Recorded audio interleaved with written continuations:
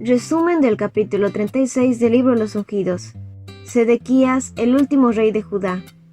Al comienzo de su reinado, Sedequías tenía toda la confianza del rey de Babilonia y al profeta Jeremías como consejero.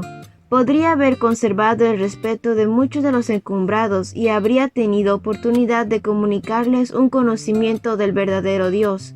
De esa manera, a los cautivos ya desterrados a Babilonia se les habría concedido muchas libertades. El nombre de Dios habría sido honrado, y a los que permanecían en la tierra de Judá se les habrían perdonado las terribles calamidades que finalmente ocurrieron. Por intermedio de Jeremías, Sedequías y todo Judá recibieron el consejo de someterse tranquilamente al gobierno provisorio de sus conquistadores. Quienes se hallaban en cautiverio debían procurar la paz de la tierra a la cual habían sido llevados. Pero Satanás, aprovechándose de las circunstancias, hizo que se levantaran tanto en Jerusalén como en Babilonia falsos profetas para declarar que no tardaría en verse roto el yugo de servidumbre y restaurado el anterior prestigio de la nación.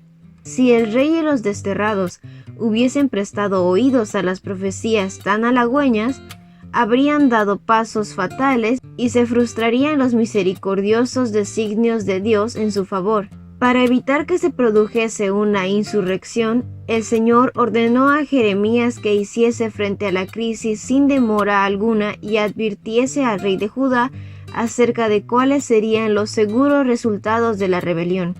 También debía amonestar a los cautivos para que no fuesen inducidos a creer que se acercaba la liberación.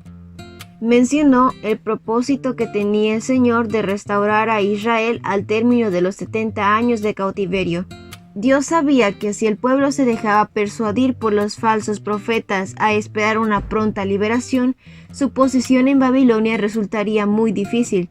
Cualquier insurrección de su parte despertaría la vigilancia y la severidad de las autoridades caldeas y acarrearía una mayor restricción de sus libertades.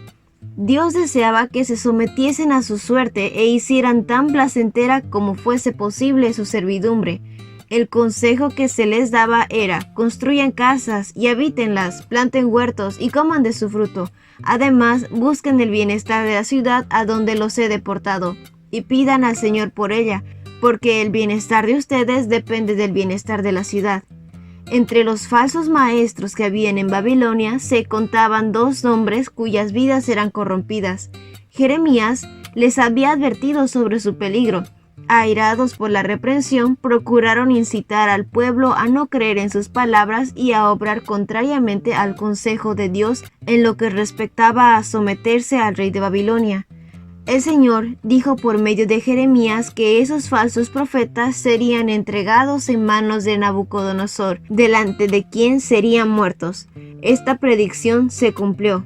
Visitaron al rey de Judá embajadores de los gobernantes de Edom, Moab, Tiro y otras naciones para saber si él se reuniría con ellos para pelear contra el rey de Babilonia. Mientras esos embajadores aguardaban la respuesta, llegó esta palabra del Señor a Jeremías: hazte un yugo y unas correas, y póntelos sobre el cuello. Envía luego a los reyes vecinos, por medio de los mensajeros que vienen a Jerusalén para ver a Sedequías, rey de Judá. Dios los había entregado a todos en las manos de Nabucodonosor, y afirmó que los servirían, y que si se negaban a servir al rey de Babilonia serían castigados con espada, hambre y pestilencia. El asombro de los congregados representantes de las naciones no conoció límites cuando Jeremías les hizo conocer la voluntad de Dios. Jeremías abogó firmemente por la política de submisión. Entre los que querían contradecir el consejo del Señor se destacaba Hananías, uno de los falsos profetas. Pensando obtener el favor del rey y de la corte real, alzó la voz para protestar y declarar que Dios le había dado palabras de aliento para los judíos. Dijo: así dice el Señor Todopoderoso y el Dios de Israel: voy a quebrar el yugo del rey de Babilonia. Dentro de 2 años devolveré a este lugar todos los utensilios que Nabucodonosor, rey de Babilonia, se llevó de la casa del Señor a Babilonia.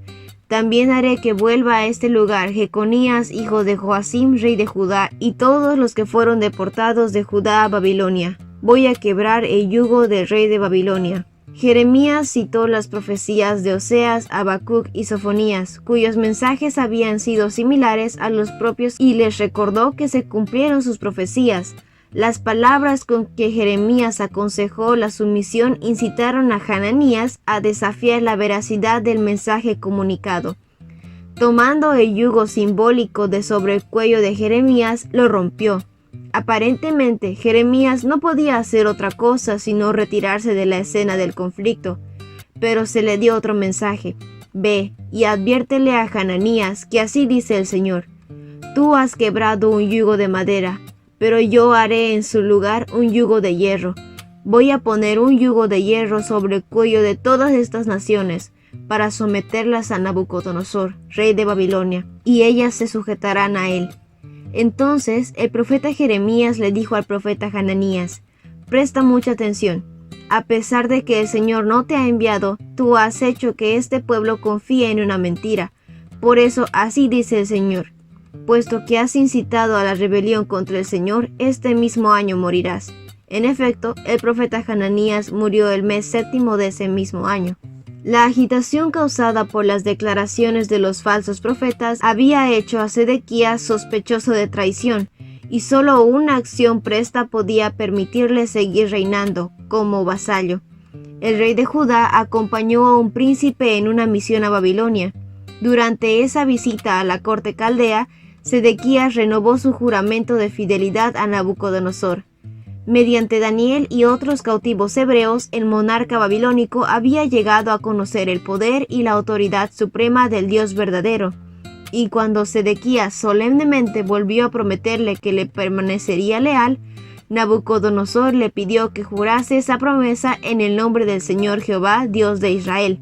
Si Sedequías hubiese respetado esa renovación de su pacto jurado, su lealtad habría ejercido una influencia profunda en el espíritu de muchos de los que observaban la conducta de quienes aseveraban reverenciar el nombre del Dios de los hebreos. Pero la Biblia registra acerca de Sedequías: se rebeló contra el rey Nabucodonosor, a quien había jurado lealtad. Sedequías fue terco, y en su obstinación no quiso volverse al Señor, Dios de Israel.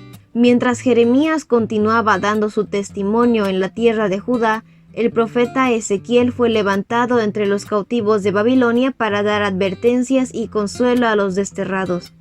Durante los años que quedaban del reino de Sedequías, Ezequiel señaló claramente cuán insensato era confiar en las falsas predicciones de un pronto regreso a Jerusalén. También se le indicó que predijera, por medio de una variedad de símbolos, el asedio de Jerusalén y su completa destrucción. En el 6º año del reinado de Sedequías, el Señor reveló a Ezequiel en visión algunas de las abominaciones que se estaban practicando en Jerusalén y dentro de las puertas de la casa del Señor, aún en el atrio interior. Vio a los jefes israelitas ofreciendo incienso ante las representaciones idólatras que se habían introducido en cámaras ocultas dentro de las sagradas dependencias del atrio del templo. Ellos decían: no hay ningún señor que nos vea, el Señor ha abandonado el país. Al profeta le fueron mostradas unas mujeres sentadas que lloraban por el dios Tamuz, y unos 25 hombres que estaban mirando hacia el oriente y adoraban al sol, de espaldas al templo del Señor. Entonces el ser glorioso que acompañaba a Ezequiel en esa visión preguntó al profeta: ¿tan poca cosa le parece a Judá cometer tales abominaciones, que también ha llenado la tierra de violencia y no deja de provocarme? Por eso voy a actuar con furor. No les tendré piedad ni compasión, por más que me imploren a gritos, no los escucharé. Según se relata al final de la narración del reinado de Sedequías, se repitió la acusación de que era violada la santidad del templo. Se estaba acercando rápidamente el día de condenación para los habitantes del reino de Judá. Entre los que estaba llevando a la nación aceleradamente a la ruina se destacaba el rey Sedequías. Haciendo caso omiso de los consejos del Señor, olvidaba el rey de Judá la deuda de gratitud que tenía para con Nabucodonosor, y, violando su solemne juramento de fidelidad que había prestado en nombre de Jehová, Dios de Israel, se rebeló contra los profetas, contra su benefactor y contra su Dios. en su propia sabiduría buscó ayuda a Egipto para conseguir caballos y un numeroso ejército. El Señor dijo: ¿y tendrá éxito y podrá escapar del que se atreva a hacer esto? ¿Acaso podrá violar el tratado y salir con vida? Ni el faraón con su gran ejército y numerosas tropas podrá auxiliarlo en guerra. El príncipe de Judá quebrantó el juramento y violó el tratado. Así que por haber hecho todo esto, a pesar de su compromiso, no escapará. El Señor decretó: quítate el turbante, renuncia a la corona.